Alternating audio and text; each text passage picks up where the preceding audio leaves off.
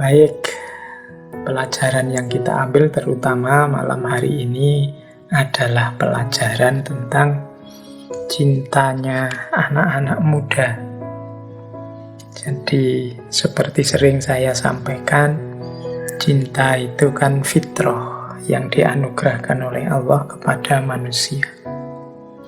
Kalau saya bicara cinta, biasanya pertama-tama fitrah cinta itu kita tujukan, bayangan kita adalah cinta-cintaan antara anak muda yang sudah cukup umur. Biasanya di awal-awal usia remaja itu mulai muncul rasa ketertarikan pada lawan jenis.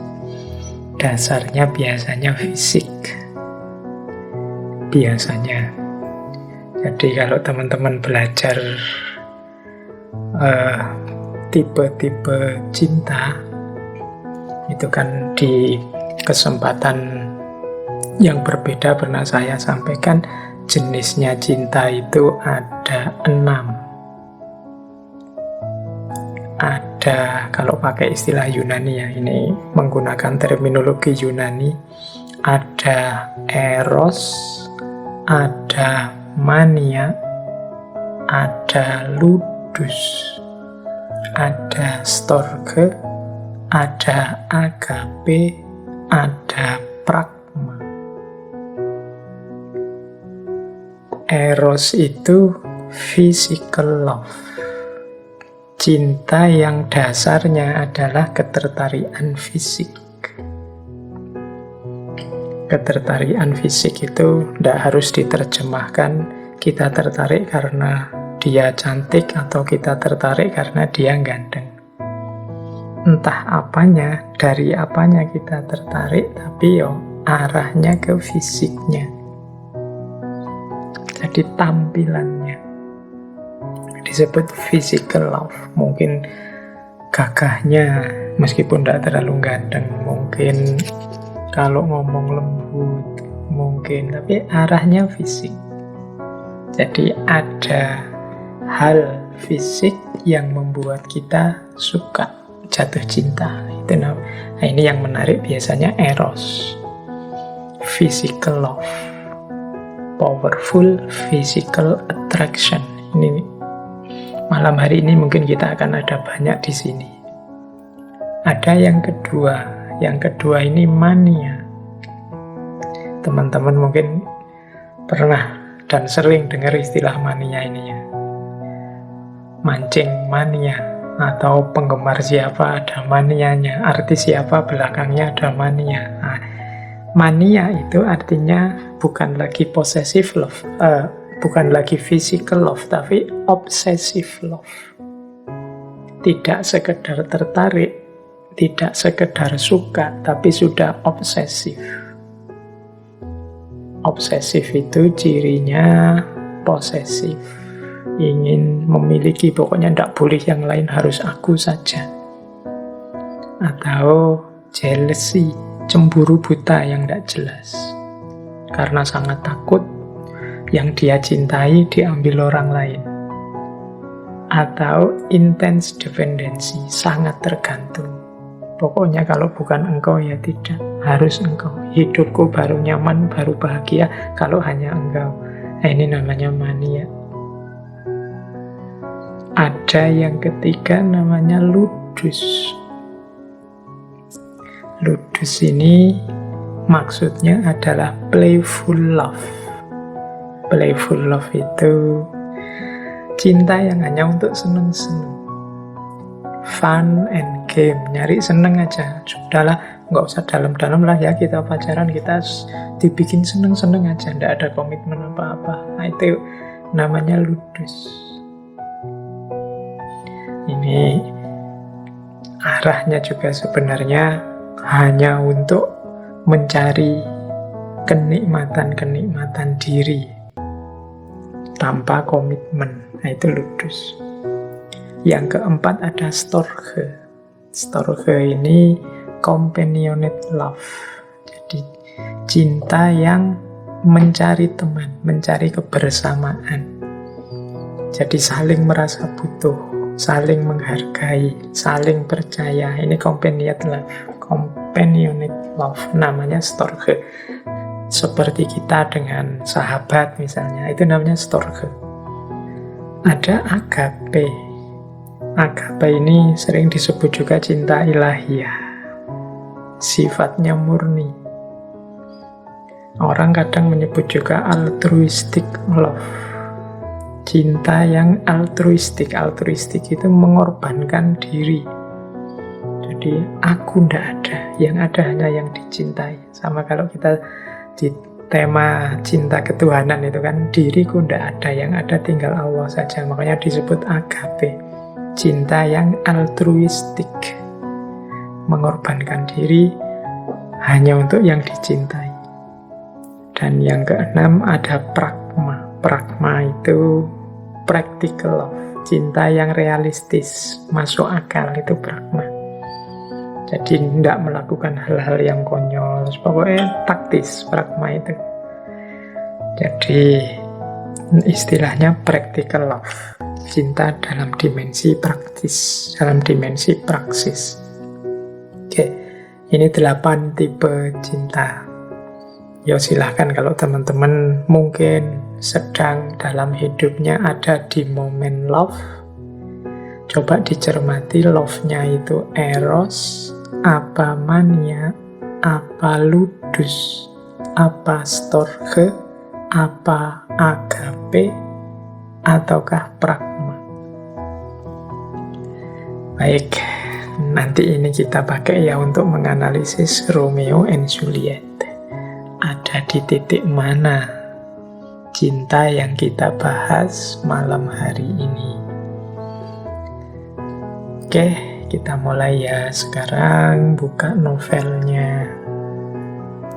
Silakan teman-teman yang mau siap-siap menyiapkan minum dan macam-macam, atau siap-siap tidur, wong ini isinya kayak dongengan, wong ya cerita.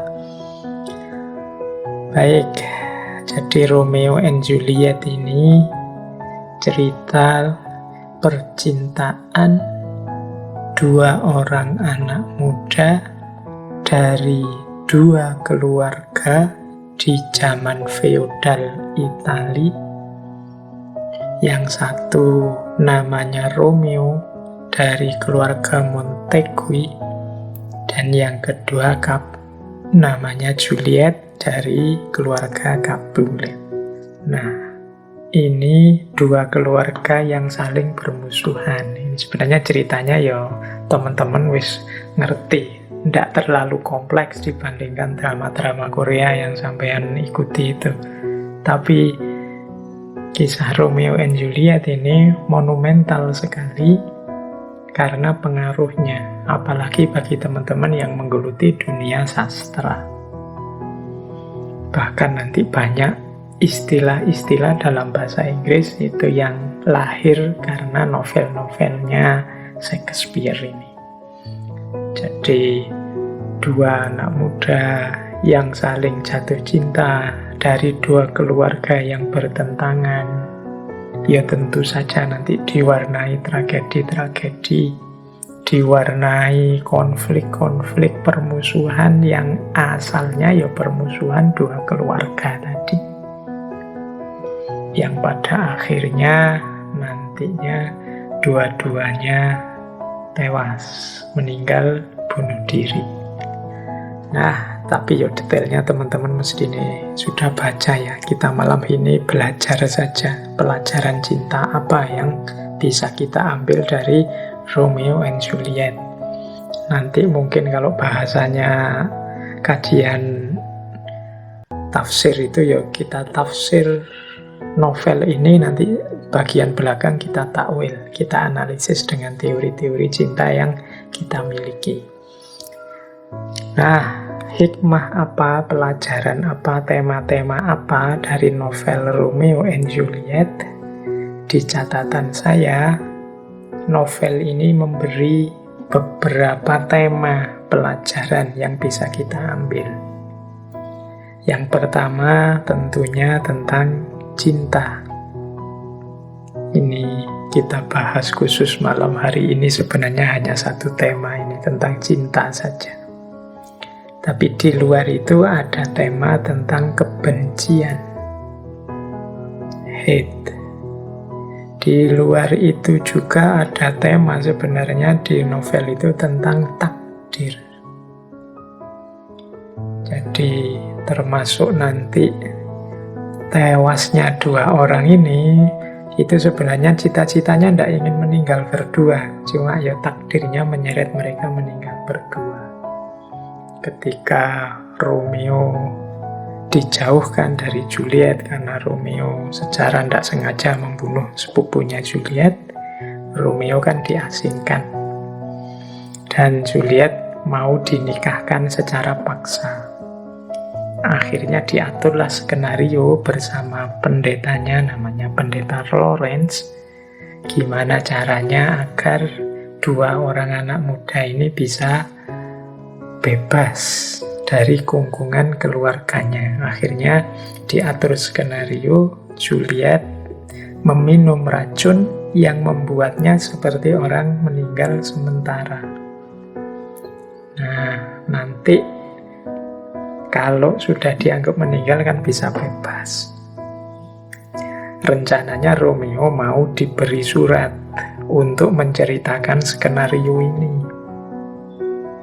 Tapi ternyata karena takdir, akhirnya suratnya sisipan jalan. Romeo mendengar kabar duluan bahwa Juliet sudah meninggal. Akhirnya Romeo cepat-cepat ingin menengok kekasihnya dan nanti bunuh diri di samping kekasihnya. Tapi ya begitu Romeo bunuh diri, Juliet sadar. Melihat Romeo kok ya malah bunuh diri, dia akhirnya juga ikut bunuh diri. Nah, ini bagi saya tema takdir. Banyak juga tema-tema takdir yang lain, misalnya mengapa sih kok cinta itu datang pada dua anak muda dari keluarga yang bermusuhan, mbok yo yang normal-normal saja. Nah, itu tema takdir.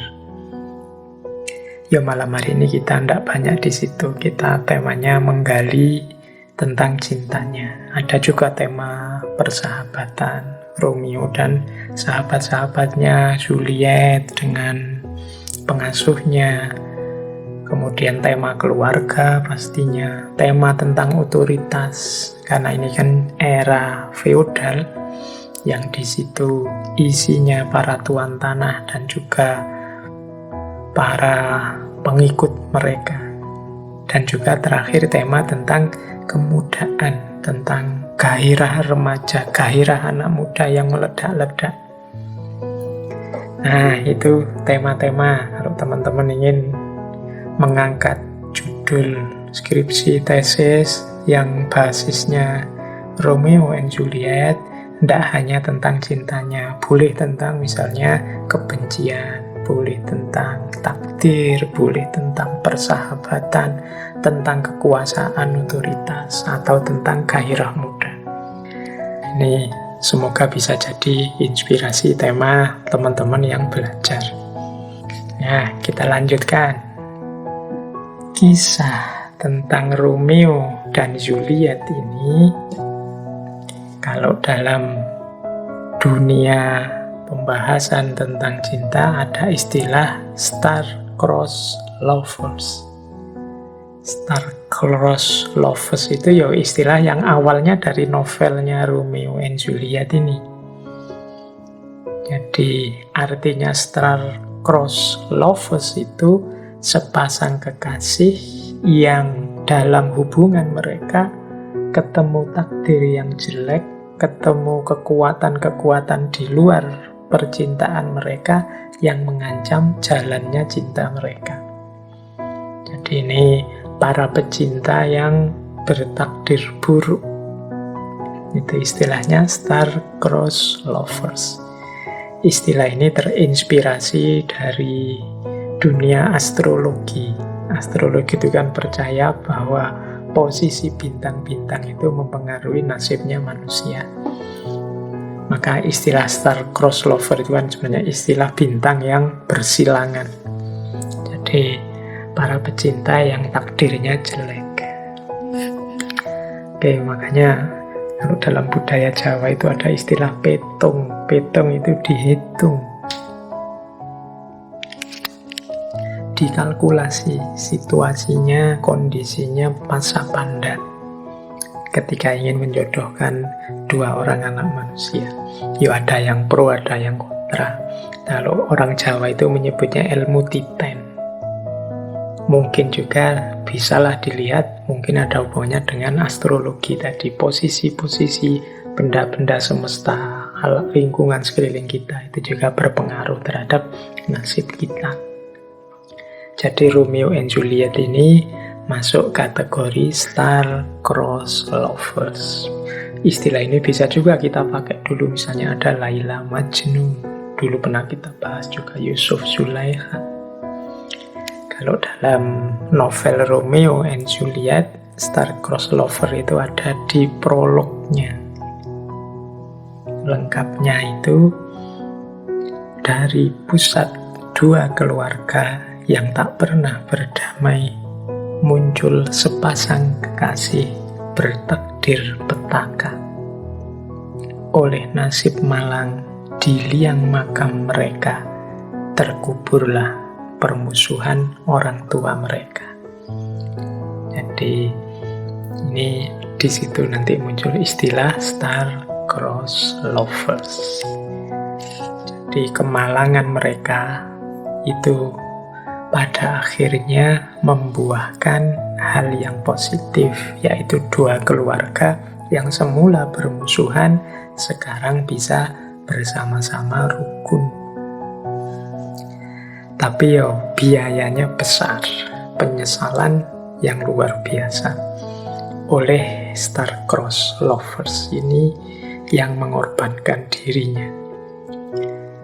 Baik, kita lanjutkan. Nanti kita lihat sedikit-sedikit kutipan-kutipan, kemudian kita masuk ke analisis-analisis filosofisnya.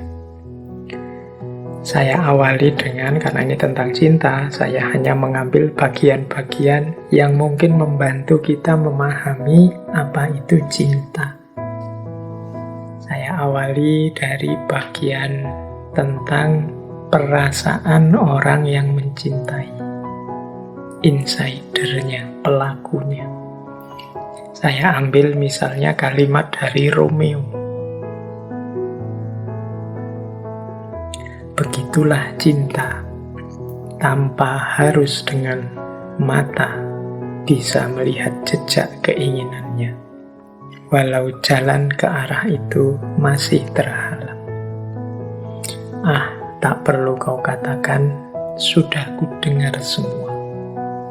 Betapa banyak kesusahan disebabkan oleh kebencian, tak terkecuali cinta.